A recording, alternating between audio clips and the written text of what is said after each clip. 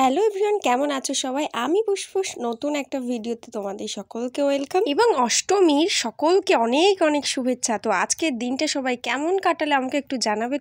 তো অষ্টমীতে তো সকালবেলায় বেরোনো হলোই না, তো সন্ধেবেলায় আমরা একটু বেরিয়েছিলাম ঠাকুর দেখতে। তো ওটা হচ্ছে আমার বরমশাইকে কেমন লাগছে একটু কমেন্টে জানিও, আমাকে কেমন লাগছে একটু জানিও। এত বৃষ্টি, আর এই বৃষ্টির মধ্যে শাড়ি পরে ঠাকুর দেখা আমার পক্ষে অসম্ভব। তো গত বছরের এই সুন্দর ড্রেসটা আমি কিনে নিয়েছিলাম, কিন্তু একবারও পরিনি।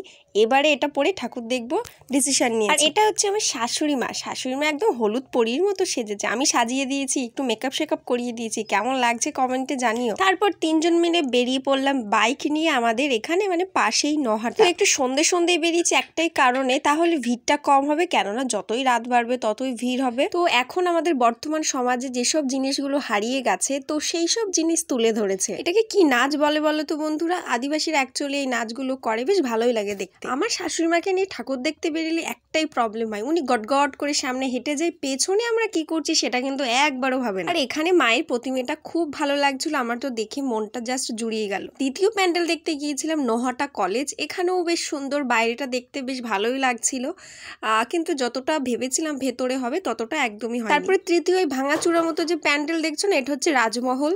ভেতরে গিয়ে খুবই ভয় পেয়েছি আমরা। তো ওই প্যান্ডেল দেখে একটু বাইরে বেরিয়ে ফুচকা খেতে চলে আসলাম, কিন্তু আমার তো আক্কেলমারির যন্ত্রণায় আমার তো কিছু খাওয়ার কথাই নেই। জাস্ট 2-3টে ফুচকা আমি খেয়ে আর খেতেই পারলাম না, দাঁতের যন্ত্রণা। তো রাস্তায় যেতে যেতে এই লাইটিংগুলো আমার এত পছন্দ হয়েছে, আমি বলছি এটা পুরো রাস্তা যদি থাকতো কি ভালো হতো না। তারপরে আরেকটা লাইনে দাঁড়ালাম, বাপরে বাপ কি লাইন, এখানেও নাকি ভূত। তো যাই হোক, ঘাম গন্ধ শুকে টুকে অবশেষে দেখলাম, দেখে আমি বাড়ি চলে আসলাম। আর বেশি দেরি করলাম না, কেননা অনেকটা রাতে কিছু পার্সেল নিয়ে চলে এসেছিলাম। আজকের মতো টাটা, রাধে রাধে।